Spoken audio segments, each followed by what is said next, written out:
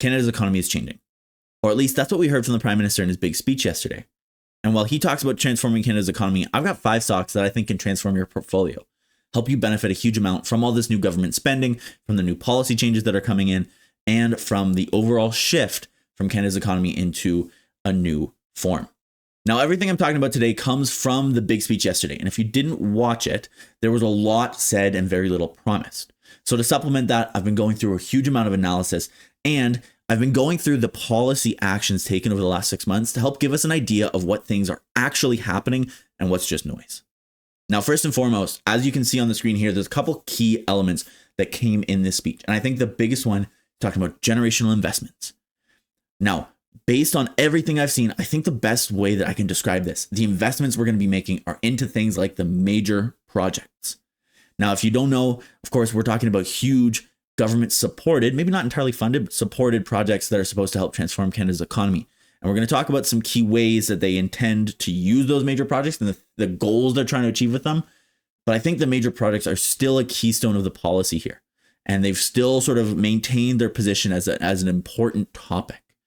We also talked about some sacrifices, and I think this is going to include deficit spending, like a significant amount. And obviously that does have some sort of negative long-term consequences for folks who are holding a lot of cash, holding GICs, stuff like that, because obviously more government spending, you see more inflation, and we've seen that story play out and how it impacts both the stock market and sort of our personal finances over the last couple of years.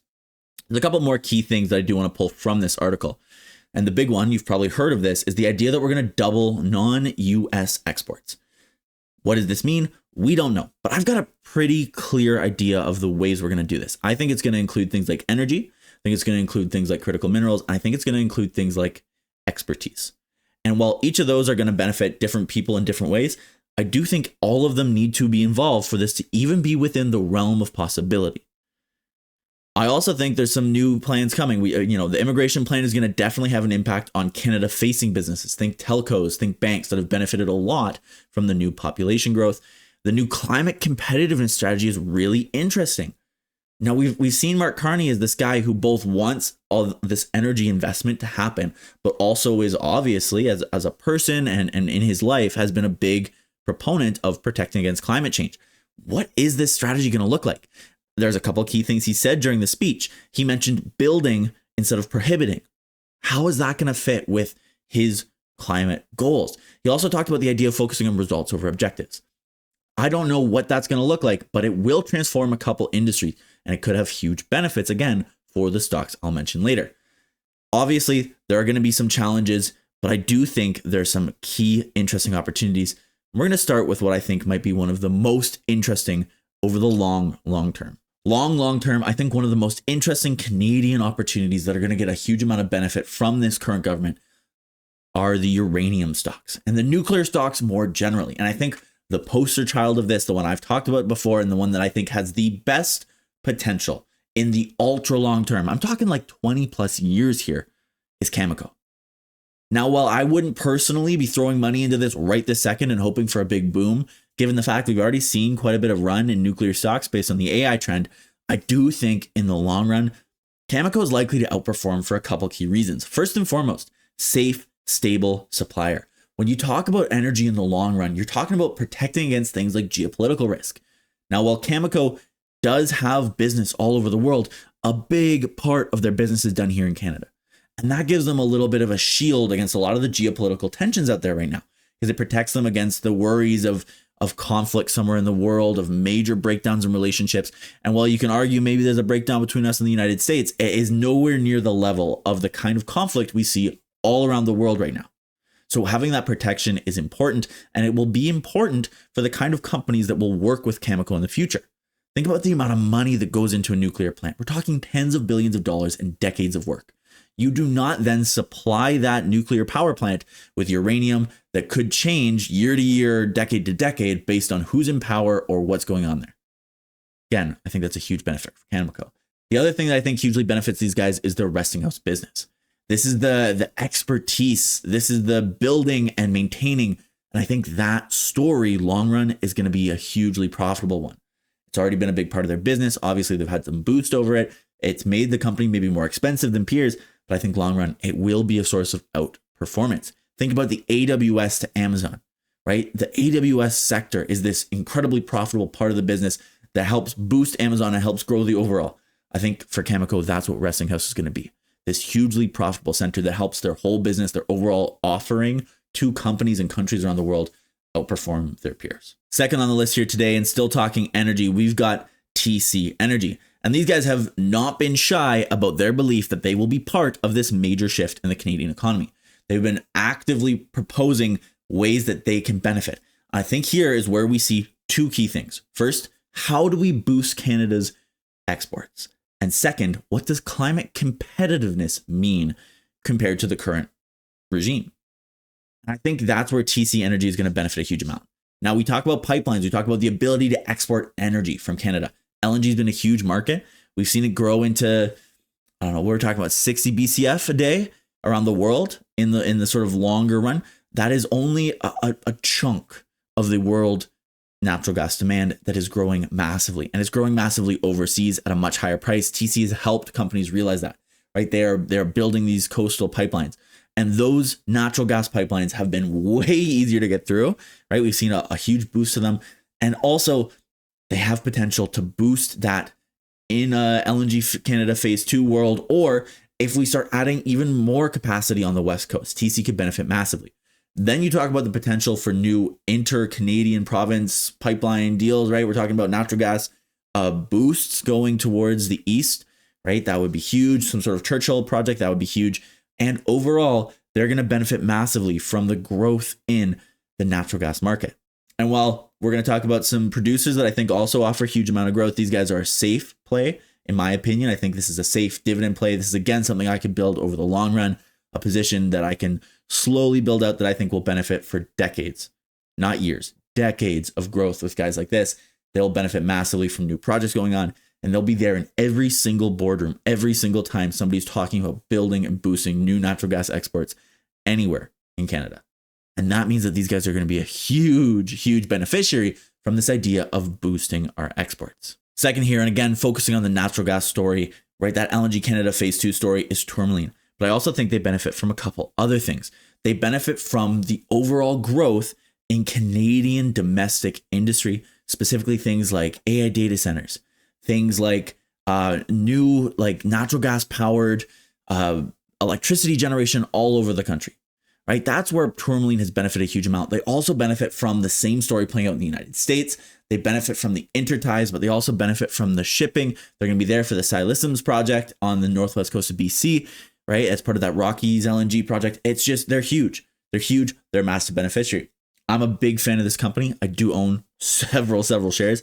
I really do believe they have some huge shorter term benefits coming, because they see benefits from things like LNG Canada ramping up to its full delivery. They see benefits from a lot of investments from guys like TC into natural gas pipelines and natural gas transportation in general. They also see benefits from things like the new Pembina Pipelines AI project here in Alberta. They see things like benefits from all the AI projects down in the States. They see benefits from all of these major investments going on right now, and they will continue to do so for the long run because they are an incredible low-cost producer that has invested a lot into their infrastructure. And they also can see benefits from a bigger focus on allowing this industry to grow. Because every time something grows in this industry, every time you see a new project proposed, anything like that, these guys are going to be at the table. Because in the world of natural gas, these guys are number one. And that puts them at a huge advantage when it talks about maybe building new LNG facilities to boost our exports, to hit that $300 billion mark, right? It gives them a huge benefit if we're talking about new power delivery to the north, right? It talks about massive benefits if we're talking about all of these major industrial projects that are looking to go forwards. They're going to be there every single time. They're going to benefit massively. And they're at like a seriously cheap stock right now, which means, you know, personally, I've been buying them for the undervaluation story. They've got this on top of that, which is huge. Next up on the list, I'm sure you saw this coming, Canadian Natural Resources. I think these guys stand the most to benefit from the idea of a shift in Canada's climate strategy at the same time as we're talking about boosting exports. Because think about how those two things go together. And well, again, a crude oil pipeline has been a real stretch for Canada to get to the BC coast. And I'm not going to say necessarily that that's happening. I do think these guys can benefit massively from any major project boosting Canada's energy exports. And at the same time can benefit massively from any shift in how we talk about the oil sands and the climate and how those things relate to each other. And if you want investment in that space, and if you don't, and what infrastructure is going to get built, anytime that story starts to shift, as we see now, the torque on this stock could be huge. Because right now, the general sentiment of the industry is like, okay, we were hoping for good things to happen. We're in this oil glut right now. We've got short-term negativity. In the long run, these guys are going to benefit from elements outside of Canada. What's going to happen domestically? Where is the domestic story? A lot of producers don't really see one playing out right now. But every time we get a hint like this, you start to see some people perk up a little. And if you do see a major shift to things like the emissions cap, if you see a shift to things like the tanker ban, if you see a new pipeline built, whatever it might be, you're going to see the stock move quickly. I think this is a better long-term hold. In my personal opinion, it's something that I'm holding for like a 10-year period because it has all these long reserve life assets that I think are going to outperform compared to US peers in the longer run. But if you do see major announcements shock the industry, right? If it surprises the money, you're going to see the stock move really fast. Interesting story there. I think you got both long and short-term potential. I'm much more of a long-term investor personally. Again, make your own investment decisions, but really, really interested in how these guys benefit. And of course, these guys, I'm using CNQ as an example for the overall industry, but as the scale player, very much like Tourmaline, anytime you talk about big moves that are going to benefit the oil industry, which is Canada's #1 export, it's going to benefit these guys on a sort of outscaled basis, right? They can just outscale anybody, right? They can provide things for decades and decades of energy. They can allow for new products to get built just on their scale. And of course, any sort of greenfield expansion going on, these guys are going to, again, be huge, huge beneficial. The last name on the list might surprise some of the people who watched the channel for a while, but probably won't surprise people who have focused on politics. We're talking about Atkins-Realis. And if you don't know the name here, this is the new version of SNC-Lavalin. And they've got two things, I think, going for them if we're going to keep it in the world of investments. First, they are an infrastructure-focused company. These guys are there for the ports. They're there for the highways. They're there for the high-speed rail. Anytime you're talking about major investments in Canadian infrastructure, which we can't argue that this speech wasn't about that, right? How do you double exports without investing into infrastructure? Because you got to export it somewhere across the world instead of just across the border. These guys are going to benefit massively. They also obviously have close ties with the current government, right? They have close ties there. They're going to be there at every single opportunity. And when the government starts spending money, you're going to see guys like this benefit massively. But the best thing that goes along with that for this stock specifically is that they have a nuclear advantage as well. They're a big player in nuclear energy. They're going to be there for the nuclear plants. So now you're talking about a government that's spending a huge amount of money on nuclear projects, as we saw this morning. It's spending a huge amount of money on infrastructure, like we saw last night. Atkins-Realis is going to win big. Now, stock has caught up a little bit with where it should be over the last year, but considering the huge discount it traded at, thanks to all the scandals and the terrible management of the past, the new company is only now just getting to about fair value. And I think has a lot of room to run if, again, you're willing to hold it for a longer term, because these guys are going to benefit on a sort of compounding basis over time as more projects come out and more projects get money and the next thing and the next thing and the next thing, right? The snowball moves, these guys win big. So this is, again, a play that I think has the snowball moving. I would love to hear your thoughts. These are the 5 spaces, the 5 industries or sectors or stocks specifically that I think are going to win big from this new economic momentum. Do you think that this is going to play out the way that I see it? Do you agree with me? Do you disagree? Do you see something different playing out? And on top of that, do you think that there are other sectors that I'm missing? I was going to talk a little bit maybe about copper or critical minerals, but that's a space that I think is interesting for its own reason. We're going to talk about them in a video in the not so distant future, but really interested in your thoughts in the comments down below. Please do leave them. And if you like this video, you like what we do here on the channel, please do like it. If you like talking about these Canadian topics, right, covering these Canadian stocks that maybe don't get the attention they deserve, please do subscribe. With all that being said, hope I see you in the next one.